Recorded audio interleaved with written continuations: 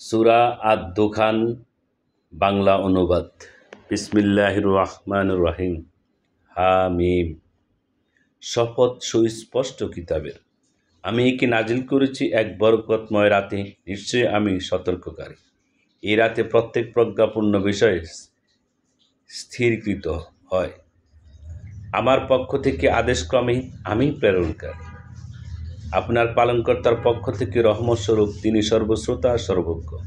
যদি তোমাদের বিশ্বাস থাকে দেখতে পাবে, তিনি নবমণ্ডল ও ভূমণ্ডল এতদুভয়ের মধ্যবর্তী সব কিছুর পালনকর্তা। তিনি ব্যতীত কোনো উপাস্য নেই। তিনি জীবন দান করেন ও মৃত্যু দেন। তিনি তোমাদের পালনকর্তা এবং তোমাদের পূর্ববর্তী পিতৃপুরুষদেরও পালনকর্তা। এতদর সত্ত্বেও এরা সন্দেহে পতিত হয়ে ক্রিয়া কৌতুক করেছে। অতএব আপনি সেই দিনের অপেক্ষা করুন যখন আকাশ ধোঁয়ায় চেয়ে যাবে, যা মানুষকে ঘিরে ফেলবে।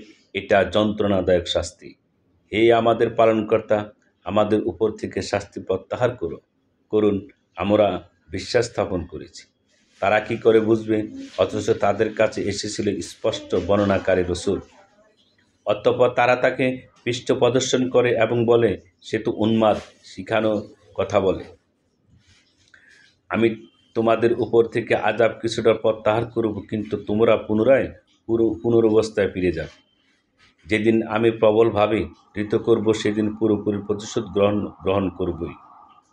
তাদের পূর্বে আমি ফেরাউনের সম্প্রদায়কে পরীক্ষা করেছি এবং তাদের কাছে আগমন করেছে একজন সম্মানিত রসূল, এই মর্মে যে, আল্লাহর বান্দাদেরকে আমার কাছে অর্পণ করো, আমি তোমাদের জন্য প্রেরিত বিশ্বস্ত রাসূল। আর তোমরা আল্লাহর বিরুদ্ধে ঔদ্ধত্য প্রকাশ করো না।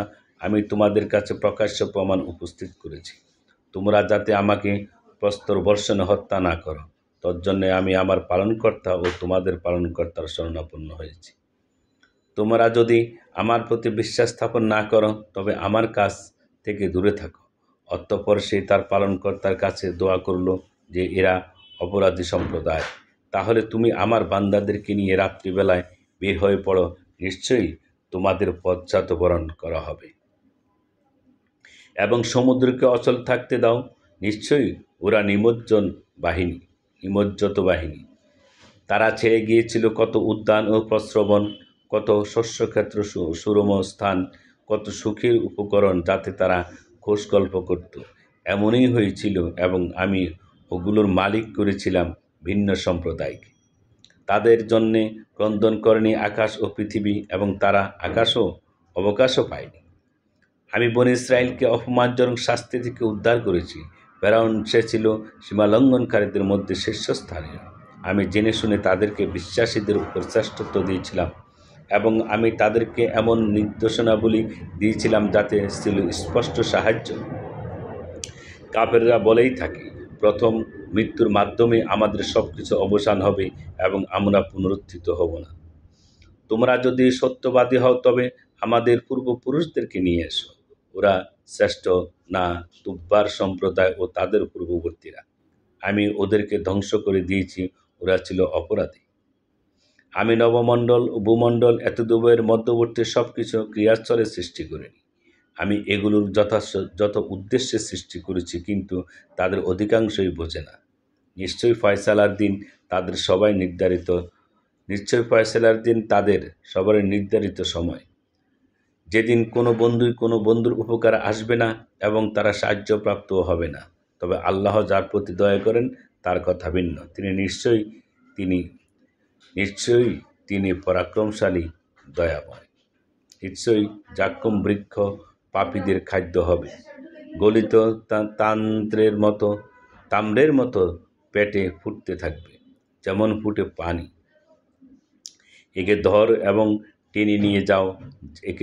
এবং টেনে নিয়ে যাও জাহান্নামের মধ্যস্থলে। অতঃপর তার মাথার উপর ফুটন্ত পানির আযাব ঢেলে দাও। স্বাদ গ্রহণ করো, তুমি তো সম্মানিত সম্ভ্রান্ত। এ সম্পর্কে তোমরা সন্দেহে পতিত ছিলে। নিশ্চয়ই খোদাভীরুরা নিরাপদ স্থানে থাকবে। উদ্যানরাজি ও যে নির্জরিণীসমূহে তারা পরিধান করবে চিকন ও পুরো রেশমি বস্ত্র, মুখোমুখি হয়ে বসবে। এরপরই হবে এবং এরূপই হবে, এবং আমি তাদেরকে আন্তলোচনা স্ত্রী দেব। তারা সেখানে শান্ত মনে বিভিন্ন ফল মূল আনতে থাকবে। তারা সেখানে মৃত্যু আস্বাদন করবে না, প্রথম মৃত্যু, এবং আপনার পালনকর্তা তাদেরকে জাহান্নামের আযাব থেকে রক্ষা করবেন। আপনার পালনকর্তার কৃপায় এটাই মহা সাফল্য। আমি আপনার ভাষায় কোরআনকে সহজ করে দিয়েছি যাতে তারা স্মরণ রাখে। অতঃপর আপনি অপেক্ষা করুন, তারাও অপেক্ষা করছে।